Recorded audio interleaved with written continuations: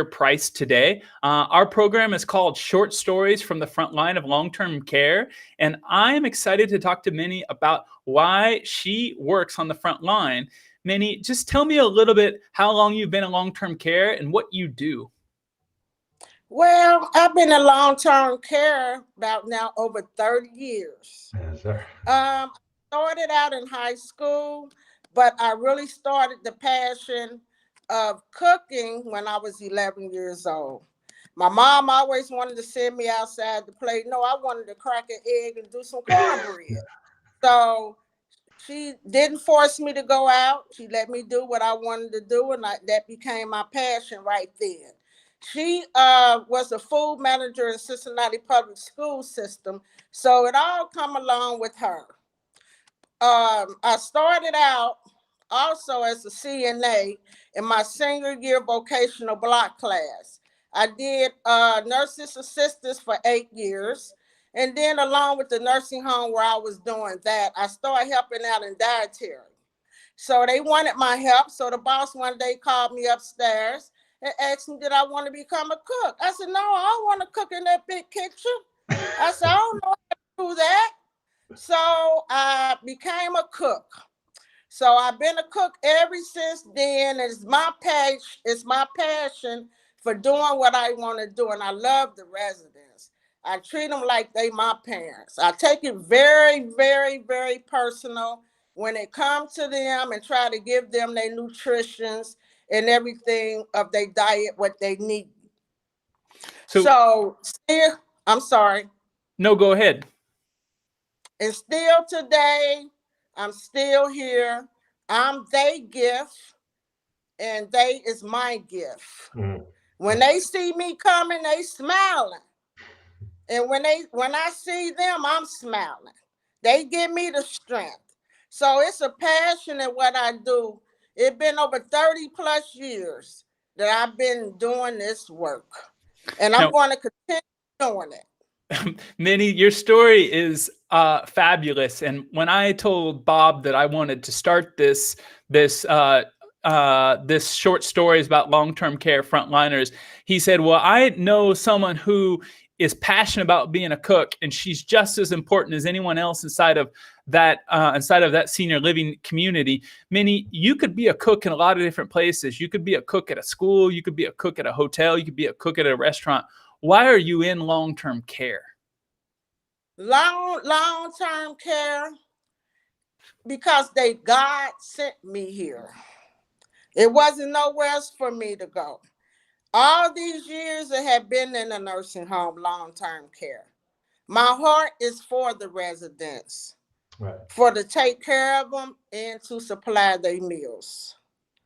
So this is why I had chosen. I could have been anywhere else, but this is where I wanted to be, in long-term care. Because we is needed. I'm needed. I know that. God has shown me that. And he blessed me with these people. And I'm not going nowhere. I ain't going nowhere no time soon. Right. So long-term care always had been my passion before, around 1980s. So I don't know what else to say. Because I continue being here and I'm going to be here. And long term, they need people that have compassion in their heart. Right. See, God choose people to pick this job.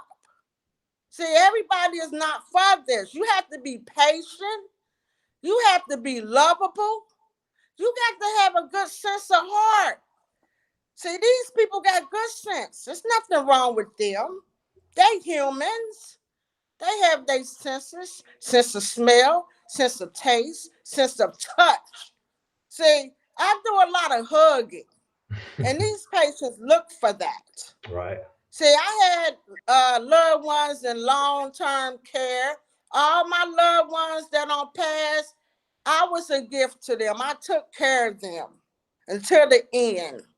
A lot of these residents here, I had a nephew right here in. You cut out, Minnie. Can you hear us?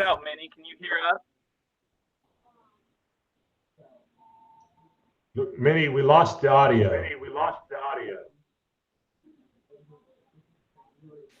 Victoria, can you take her off for a minute? We'll see if we can get her back on in a minute. Bob, I loved her passion for the story, for the industry. I can't wait to ask her how long did it take for her to realize as a cook that she plays an essential role into making these residents' lives better, because she might not have known that day one, but she's obviously aware of it today.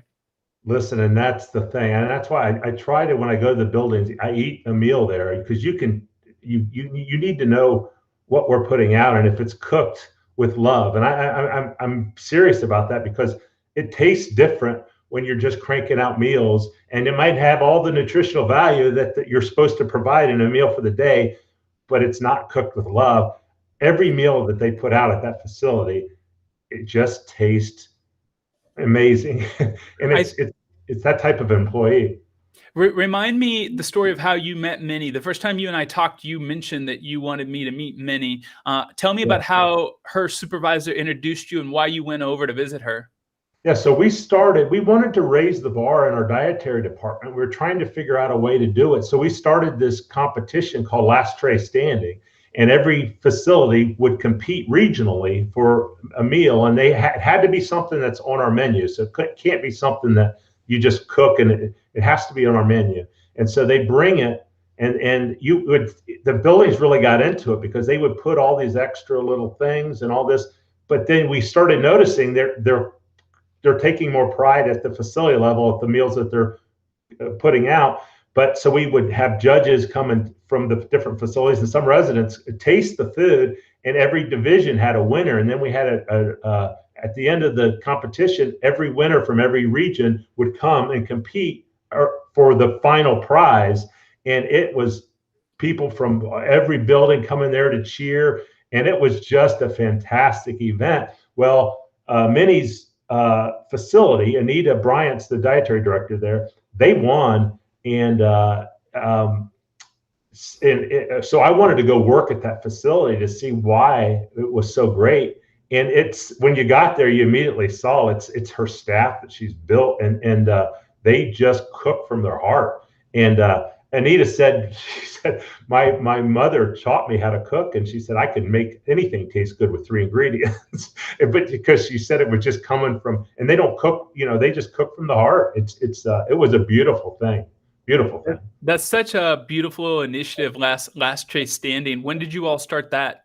We started that the year before COVID hit. And so we had the big competition, and then we were into the second season of it, and then COVID hit, and we had to put it off. So now we're waiting to get it started again, because we can't really do all that with the Did each facility get to decide what their premium meal that they were going to focus on, or did everyone have to do the exact same meal? No, everybody was able to pick what they wanted. It's funny that you asked that, because we had a discussion. Maybe we should tell them exactly what, so that everybody cooks the same, but we decided to just let them cook whatever. And it was unbelievably creative. And it was even the presentation. I mean, the way they plated it, the way it was just unbelievably creative.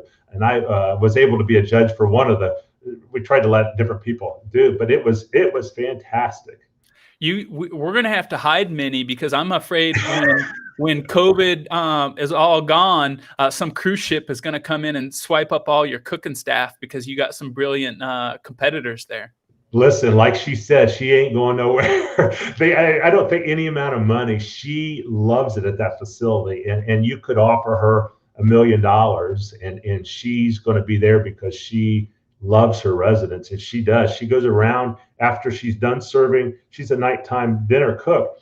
After she's done serving, she goes out into the dining room and asks them, was this okay? If she noticed somebody's not eating, they really didn't want. So she'll go in there and say, what would you want? She'll make them whatever they want, whether it's a chef salad or a fresh fruit and cottage cheese, whatever she wants to see him healthy and eat and recover, and she does. She passes out hugs while she's out there. Well, I'm glad that Minnie got to join us, even though the internet got disconnected or the audio got disconnected. We picked up on her passion and heard a lot about it. And hopefully, we can have her back on for an episode of short stories from the frontline and long-term care. Bob, you and I have a couple more guests this week, and then next week I have the pleasure of interviewing you and the CEO at your organization to see about what you all are doing culturally. We picked up on a lot of that from these interviews this week in this program. And just thank you so much. I want to thank our sponsor, Experience Care, one of America's oldest EHR companies. They were pioneers in 1969, and they're pioneers in 2021 with what they're doing with point of care, fixed assets, online training to make your workflow easier and more efficient. Bob, thank you so much for joining me, and I look forward to seeing you on with our next guest. Thank you, Peter. Talk to you soon.